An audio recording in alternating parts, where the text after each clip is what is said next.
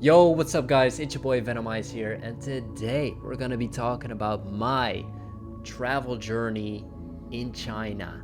China, it's great. Love it there. I went to Hong Kong first from Vietnam. By the way, I also went to a lot of other countries in Asia. If you didn't catch last week's episode, go ahead and click the video link right now and come back to this video right after. Okay, promise me? Alright. So I landed in Hong Kong and bang, I was in Hong Kong, bro. It was amazing. I love it there. I was only there for a couple days, just like Dubai, right? But it was great. And I want to go there again one day because it felt like New York City, but China, And it was awesome. I know I keep saying like, oh, it's awesome, it's amazing, but it really is. I want to let the vlogs kind of speak for itself, so if you really want to see how it was there, you gotta go check out the vlogs, okay? But it was great, I had a fun time, and really what I loved about Hong Kong is how it's a city, it has a lot of water, industrial city, but it's surrounded by mountains and nature. And so I really went to this amazing viewpoint which showed the awesome views you could see in the city. And that was really a theme of Hong Kong, is like it's a city but there's a jungle surrounding the city, and that's so cool. I never regret anything in my life, but man, I should have stayed longer in China, in Hong Kong I mean. So from Hong Kong, I took the train, and here's where it gets tricky because Hong Kong is pretty easy to navigate. Everything works normally. Apple Pay, Google Maps, everything's just normal. You go there and whatever, everything works. As soon as you go from Hong Kong to China mainland, because obviously there's history and it's a little separated but also not, it's complicated. So I took the train from Hong Kong to Shenzhen, a massive city, bro. It's super big, and international business city, really not that far from Hong Kong. So I took the high-speed rail train, which was super cool, going 300 kilometers. Bang, you go on the train and you just go. It's very fast, very cool, very modern. Everything is just smooth. China is very technical and pretty modern, so that was cool. So you go there, and before you enter the train, you gotta go through security three times for your bags, another check for the bags, and then your passport, your whatever identification. You go through these three checks and you get a stamp.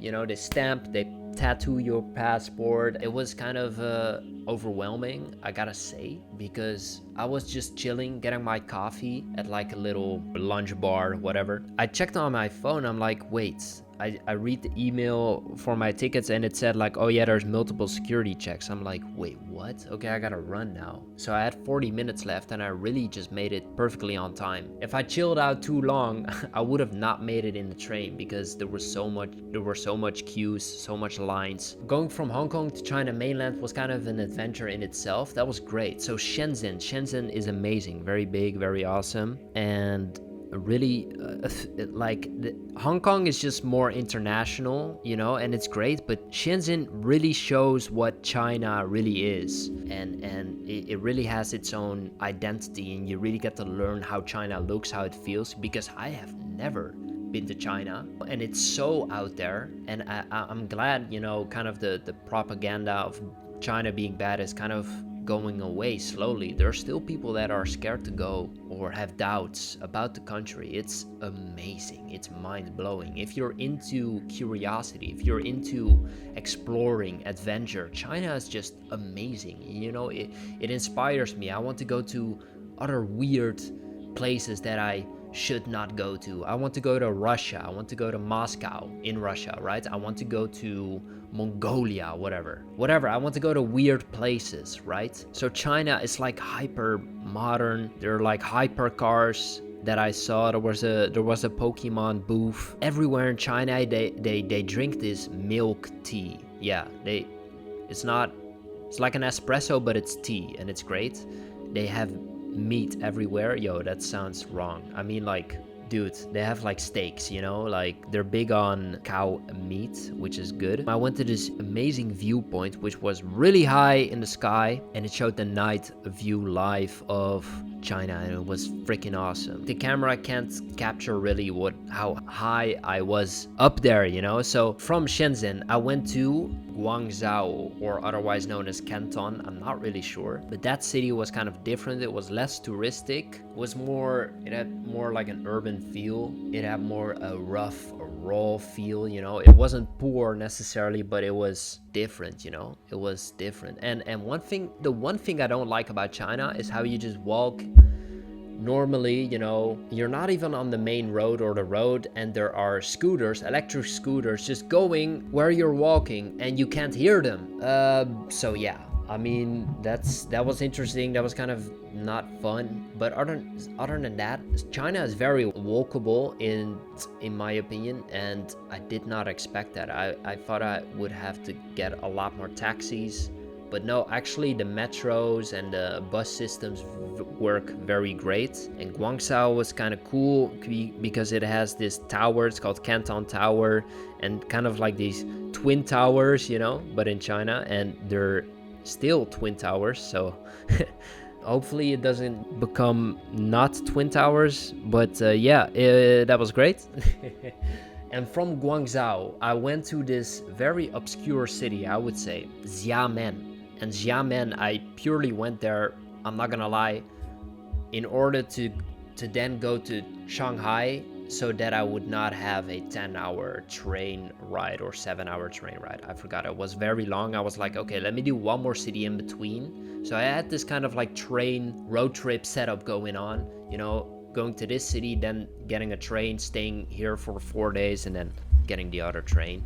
So that was great. And Xiamen was very, very unique, very quiet, very spacious, very big, cinematic. You know, I had beautiful sunset shots that I made, and the food was very nice. I was in a hotel. It's kind of like a business city, and the hotel was great. That was the best place I stayed at, I gotta say. It was very clean, very modern. The owner there was super, super nice. One thing that blew my mind is that the one day I didn't take my camera to film, I went to this great, amazing, quiet, beautiful, luscious park. I cannot lie, that was my favorite day of the travel journey. I'm not gonna lie, I didn't film that because I'm an idiot. No, I'm kidding. But bro, there was this huge temple. Obviously I did take pictures and a couple iPhone videos, so don't worry, I'll have it up on screen right now. And man, I found peace in this damn park. Okay, it was great. And then the last stop I had was from Xiamen to Shanghai, yes, for the first time it got very touristic for me in China, and man, Shanghai is pretty cool. I get the hype, it's pretty awesome.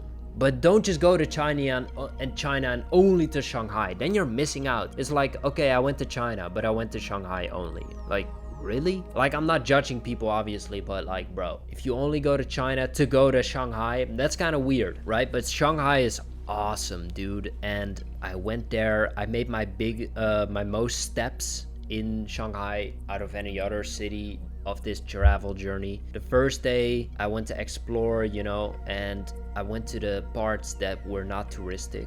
35,000 steps, pretty proud of that. That was awesome. That was a good day. And actually, fun story, when I went to Shanghai, all this time it was nice weather. All this time it felt like summer, even in December.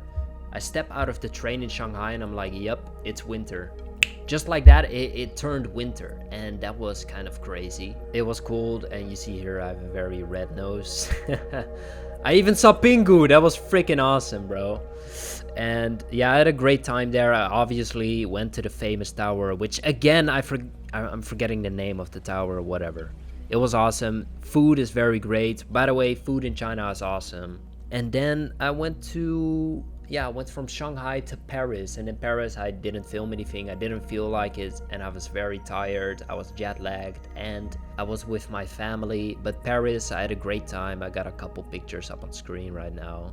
I mean, I've been to Paris like almost 10 times, I think, even more. That was a great travel journey. Hopefully you guys enjoyed these last 2 episodes. Just, you know, me talking to you guys, chilling out, hanging out, recapping If you didn't see last episode, I went to a couple places in Asia which I do not want to spoil. I mean, maybe you've seen it in the vlogs. Go ahead and watch that. And yeah, it was awesome. And guys, if you missed any vlogs, if you want to see any vlogs in full, you know, without me yapping over it, because maybe you're not into that, you can go ahead and check out the playlist. I got a playlist with now almost 20 vlogs of this travel journey that I'm describing to you. So you'll see everything in full detail and really get a sense of my day-to-day. Well, obviously you're seeing it on screen, and it's not one big jolly fantasy. There were actually a lot of challenges, and that I actually showcase in my vlogs. So I want to thank you guys again for the support on all the views, even though it you know, maybe it's not a lot, but I love the support. Obviously you guys know who you are, you know, the commenters. And I want to thank you guys. If you watch it to the end of the video, like, that's awesome. Like, you don't hate me yapping in your ear about China. Okay, that's enough. I'll see you guys next week. And yeah, bye-bye.